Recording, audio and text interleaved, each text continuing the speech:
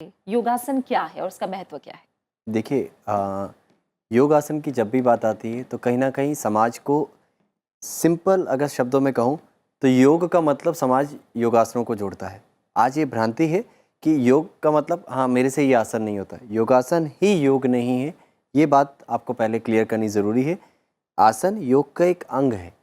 जैसे यम, नियम, आसन, प्राणायाम, प्रत्याहार, धारणा, ध्यान, समाधि, ये अष्ट अंग है। ये जिन्होंने महर्षि पतंजलि जी ने जो 8 अंग बताए हैं उनमें ये तीसरा अंग है। अगर मैं बात करूं हठ योग के अभ्यासों की, हठ योग ग्रंथों की, तो वहाँ उसमें आसन पहला अंग है, परंतु उसके बाद के अंगों की भी बात होती है। तो योग में आसन एक भाग है जिसके माध्यम से शरीर को स्थिरता लाई जाती है।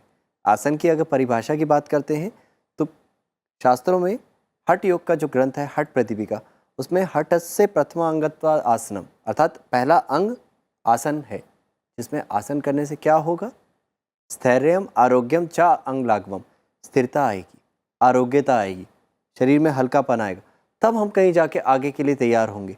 और यहीं दूसरी तरफ अगर मैं महर्षि पतंजलि जी की बात करूं, जिन्होंने योग दर्शन की बात करी है, तो वहाँ उन्होंने कहा है स्थिर सुखम आसनम, जिस आसन में स्थिरता हो, सुख की अनुभूति हो, परंतु सजगता के साथ वह आसन है।